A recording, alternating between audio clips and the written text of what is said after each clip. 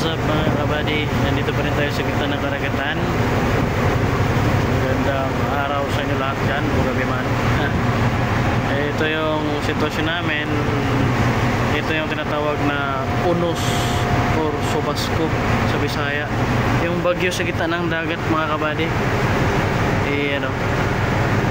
Yung ulan papunta na dito, tapos may kasama yung hangin. Pero parte-parte lang to sa karagatan. May parte na wala naman. Kaya unos. Ayan yung kinakatakutan ng mga mangingisda sa atin dyan. Pero sa kabila, maliwanag. Ayan. Dito lang na portion yung Ayan, malapit na siya. Kaya ramdam ko na yung may pisik-pisik sa ulan. So yun lang yung mga buhay-buhay dito sa gitna. Ayan lalakas na yung ulan na yun mga kabady. Okay, and good day sa inyo lahat.